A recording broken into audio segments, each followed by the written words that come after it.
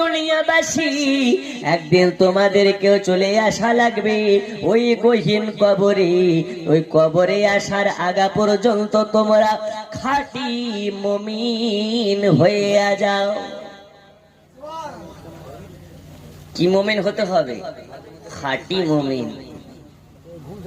দাড়ি কাটা মুমিন নয়, নামাজ কাজা করা মুমিন নয়, হজের টাকা থাকতেও হজ না করার মুমিন নয়, মা বাবাকে ভাত দেয় না, এ কোনদিন মুমিন হতে পারে না। আল্লাহর হাবিব সাল্লাল্লাহু আলাইহি ওয়াসাল্লাম কোন মুমিন হতে বলেছেন?